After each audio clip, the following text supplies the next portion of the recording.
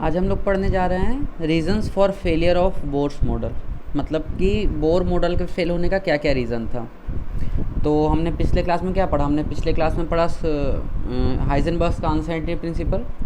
उसमें उन्होंने बताया किसी भी पार्टिकल का अगर वो मोशन में है तो उसका एग्जैक्ट पोजीशन और एग्जैक्ट मोमेंटम हम लोग पता नहीं कर सकते साइमल्टेनियसली, एक साथ पता नहीं कर सकते, अलग अलग पता कर सकते बट एक साथ पता नहीं कर सकते। तो यहाँ पे जो बोर का मॉडल था वो क्या था, purely particle nature of matter पे बेस्ड था। इसमें कहीं भी वेव नेचर ऑफ मैटर या फिर मैटर का कोई वेव नेचर ऐसा हो सकता है ये कहीं मेंशन्ड ही नहीं था। वो प्योरली इलेक्ट्रॉन को एक पार्टिकल कंसिडर करके मॉडल दिए थे। तो जैसे ही डी ब्रॉगली हाइपोथेसिस आया, जिसको डी ब्रॉग हाइपोथेसिस कहते हैं, उसके अकॉर्डिंग था कि कोई भी पार्टिकल अगर मोशन में है तो उसका एक वेव कैरेक्टर भी होता है जिसको कि हम लोग जिसका वेवलेंथ हम लोग निकाल सकते हैं h/p से। ठीक है, उसके बाद क्या था, अनसर्टेनिटी प्रिंसिपल में क्या था कि डेल्टा एक्स और delta P is greater than h/4π, यानी कि किसी भी पार्टिकल का हम लोग मोमेंटम और पोजीशन एक साथ नहीं निकाल सकते हैं। तो क्या प्रॉब्लम क्या था, अगर ठीक है हम लोग नहीं निकाल सकते तो उससे बोर मॉडल को क्या फ़र्क पड़ा ये समझते हैं। तो सबसे पहला एक लाइन में मैं आपको समझा दे रहा हूँ कि अगर हम किसी चीज़ का पोजीशन एग्जैक्टली निकाल ही नहीं सकते हैं तो उसका पाथ कैसे हम लोग डिसाइड कर सकते हैं कि उसका कोई पाथ होता है। बोर मॉडल में क्या था कि एक फिक्स पाथ है, ऐसे करके एक पाथ है, ये वाला देख लीजिए, ये जो पाथ है ये एक फिक्स पाथ है। ठीक है, ये एक फिक्स पाथ है ऐसे करके। तो जब इसका पोजीशन, हमको इलेक्ट्रॉन का पोजीशन ही नहीं पता है तो वो पाथ कैसे फिक्स पाथ कैसे हो गया। ठीक है ना, अगर एक बहुत बड़ा मैदान है, एक मैदान है, ठीक है, और आदमी को अगर कोई किसी भी पर्सन को इस पार से उस पार जाना है तो अगर कोई नहीं देख रहा है तो कैसे डिसाइड करेगा कि वो किस पाथ से गया होगा। हो सकता है वो ऐसे भी जा सकता है, हो सकता है वो ऐसे भी गया हो सकता है वो ऐसे भी गया हो। हाँ, लेकिन अगर एक रोड बना हुआ है, ऐसे करके एक रोड बना हुआ है इस पर अगर, तो हाँ ये पता होगा हमको कि ये ऐसे करके इसी रोड पे गया होगा।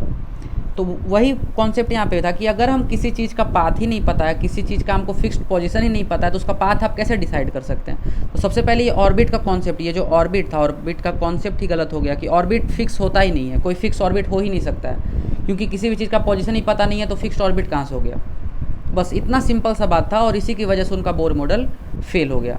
इसको समझने के लिए आप यहाँ पे देखिए, ये एक क्लाउड कह सकते हैं इसको, ये जो पार्ट है, ये वाला जो पार्ट है, ये पार्ट क्लाउड हो गया।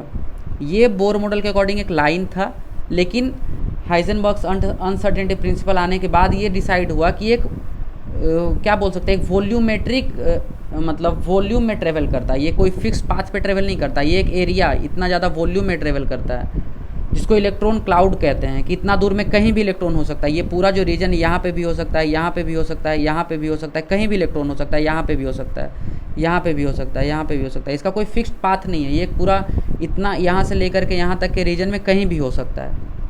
तो यही पे सबसे पहला कॉन्सेप्ट था। अब समझते हैं कि हाइजेनबर्ग अनसर्टेनिटी प्रिंसिपल इलेक्ट्रॉन्स पे ही क्यों अप्लाई होता है, बड़े ऑब्जेक्ट पे क्यों फेल हो जाता है। ये समझने के लिए मैंने यहाँ पे आपके लिए 2 एग्जांपल्स लिया है।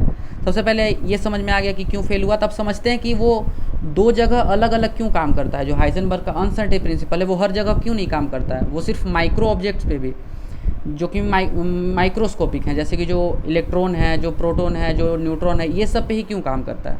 तो इसके एग्जांपल के लिए हमने यहाँ पे 2 अलग अलग कंडीशन लिया है, एक लिया है माइक्रोस्कोपिक ऑब्जेक्ट का और एक इलेक्ट्रॉन का लिया है। तो चलिए समझते हैं।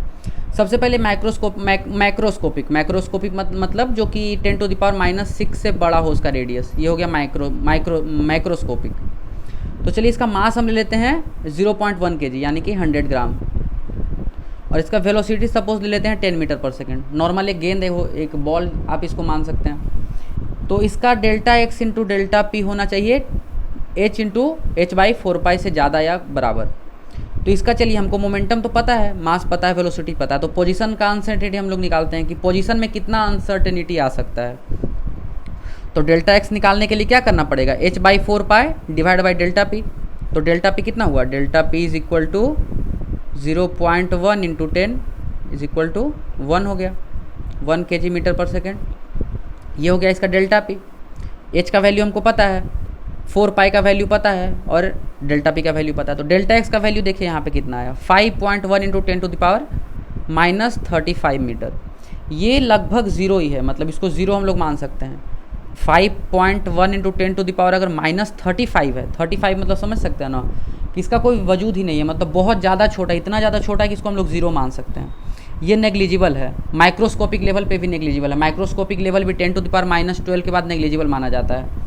तो ये सपोज एक तरह से नेग्लिजिबल है, इसलिए इसको हम लोग कंसिडर नहीं करते कि माइक्रोस्कोपिक ऑब्जेक्ट जो है, जो कि बड़ा ऑब्जेक्ट है, उसके लिए हाइजेनबर्ग का अनसर्टेनिटी प्रिंसिपल काम नहीं करता है, क्योंकि वो लगभग ज़ीरो ही हो जाता है, उसका कोई मतलब ही नहीं होता है कैलकुलेट करने का।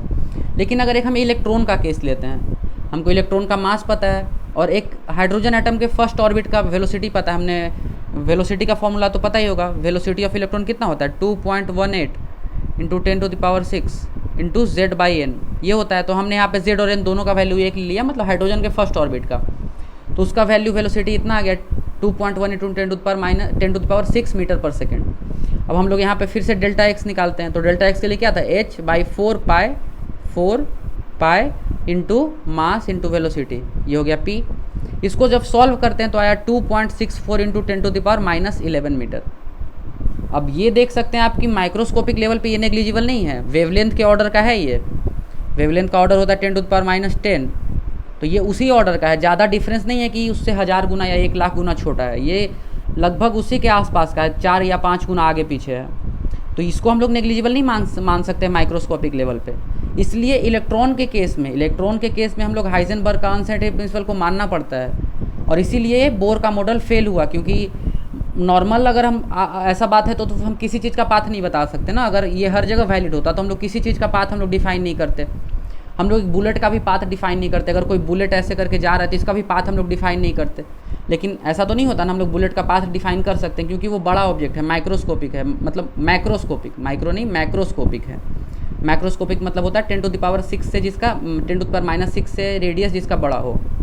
तो इसी की वजह से बोर मॉडल फेल हो गया, क्योंकि इलेक्ट्रॉन के केस में हाइजेनबर्ग अनसर्टेनिटी प्रिंसिपल का कुछ सिग्निफिकेंट वैल्यू आ रहा था, मतलब कुछ फिक्स वैल्यू आ रहा था जिसको नेग्लेक्ट नहीं कर सकते हैं, और इस वजह से उसका इलेक्ट्रॉन क्लाउड बन सकता है। लेकिन एग्जैक्ट पाथ नहीं हम लोग बता सकते हैं, उसका एक रीजन बता सकते हैं कि शायद इस रीजन में हो, लेकिन वो एग्जैक्ट पाथ जो कॉन्सेप्ट था वो गलत हो गया।